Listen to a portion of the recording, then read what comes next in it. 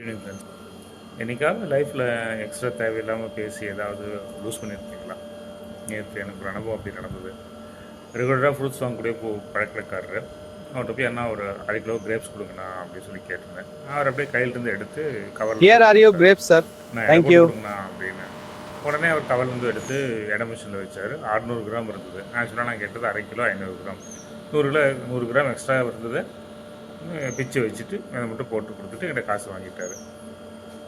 என்னென்னா ஒரு மாதிரி ஃபீல் ஆயிடுச்சு. என்னடா அது அப்படின்னு. ஆக்சுவலாக என்ன ஃபேக்ட்னா நம்ம கேட்டது உண்மையாக இங்கே அவர் எடை போடாமல் கொடுத்தனால 500 கிராமும் கம்மியாக இருந்துருமோங்கிற எண்ணத்தில் கேட்டோம். ஆனால் அவர் இத்தனை நாளாக மட்டும் பழம் வாங்குறவருங்க இதில் நம்மகிட்ட எடை போடாமல் 100 கிராம் அதிகமாக இருந்தால் பரவாயில்லங்கிற எண்ணத்தில் நம்மகிட்ட கொடுத்து இது பண்ணார். அந்த 100 கிராம் அவர் இப்போ தான் பார்க்குறோம். நம்ம நட்பு பழக்கத்தை தான் பார்த்துருக்காரு.